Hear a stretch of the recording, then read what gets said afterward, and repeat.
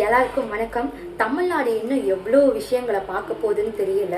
இந்த வீடியோவை நீங்கள் பார்த்துருப்பீங்கன்னு நான் நம்புகிறேன். இந்த வீடியோவில் வர பர்சன் என்ன காரியம் பண்ணியிருக்கான்னு பார்த்தீங்களா?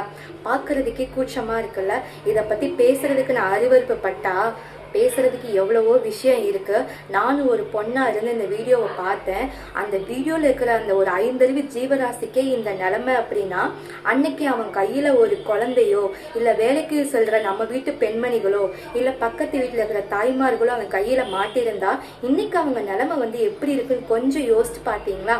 பட் இப்படிப்பட்ட பர்சன்களை நம்ம சும்மா விடக்கூடாது. நம்ம ஆக்சுவலாக நம்ம பார்க்காம கூட இருந்திருந்தாலும் அவங்களுக்குரிய தண்டனை கண்டிப்பாக கிடைச்சே ஆகணும். உங்களால் ஹெல்ப் பண்ண முடியலைனாலும் கூட பரவாயில்ல, கண்டிப்பாக தட்டி கேட்குறவங்க கிட்டையாவது சொல்லி நம்மளை நடவடிக்கை எடுக்க வைக்கணும். எங்கங்க அதெல்லாம் முடியாது அப்படின்னு நமக்கே தெரியும். பட் இருந்தாலும் வீடியோவை பார்க்க முடியல, பதறுது. ஒரு 5 அறிவு ஜீவராசிக்கே இந்த நிலைமைனா 6 அறிவு இருக்கிற மனுஷங்களுக்கு என்ன நிலைமை? ரொம்ப நிலைமை தமிழ்நாட்டில் ரொம்ப மோசமாக போயிட்டு இருக்கு. பட் அன்னைக்கு மட்டும் ஒரு குழந்தை அவன் கையில் மாட்டியிருந்தா அந்த குழந்தையோட நிலைமை என்ன ஆயிருக்கும்? இந்நேரம் அவங்க வீட்டில் உட்காந்து அழுதுட்டு இருந்திருப்பாங்க ஃபோட்டோவை பார்த்து. நம்ம எவ்வளோ கேர்லெஸ்ஸாக இருக்கோன்னு பார்த்தீங்களா? நம்மளை சுற்றி எவ்வளவோ விஷயம் நடக்குது. பட் நம்மளால் எதுவுமே கேட்க முடியலை.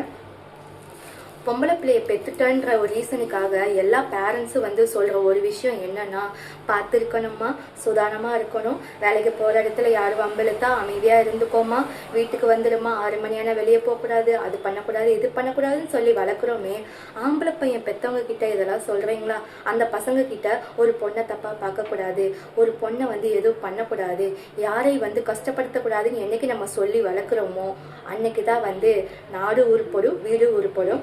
இந்த வீடியோவை பார்த்த எல்லாருக்குமே நான் ஒரே ஒரு விஷயத்த சொல்லிக்கிறேன். 5 அறிவு ஜீவராசியாக இருந்தாலும் சரி, 6 அறிவு ஜீவராசியாக இருந்தாலும் சரி, எல்லாரும் உயிர் தான், எல்லாருக்கும் வலிக்கும் தான், எல்லாருக்கும் மனசு இருக்குதான். பட் அந்த ஒரு உயிரினால சொல்ல முடியலை, நம்மளால சொல்ல முடியுது. ஸோ இதெல்லாம் என்னைக்கு மாறப்போகுதுன்னு தெரியல, யார் மாற்ற போகிறாங்கன்னு தெரியல. பட் கடவுள் கண்டிப்பாக இதை பற்றி கேட்கணும் நான் நம்புகிறேன். நீங்களும் உங்க முன்னாடி அப்படிப்பட்ட ஒரு பர்சன் உங்க கண்ணு முன்னாடி வந்தா நீங்க என்ன பண்ணுவீங்கன்னு மறக்காம கமெண்ட்ல சொல்லிட்டு போங்க. வீடியோ பார்த்த எல்லாருக்குமே ரொம்ப ரொம்ப நன்றி. தேங்க்ஸ் ஃபார் வாட்சிங்.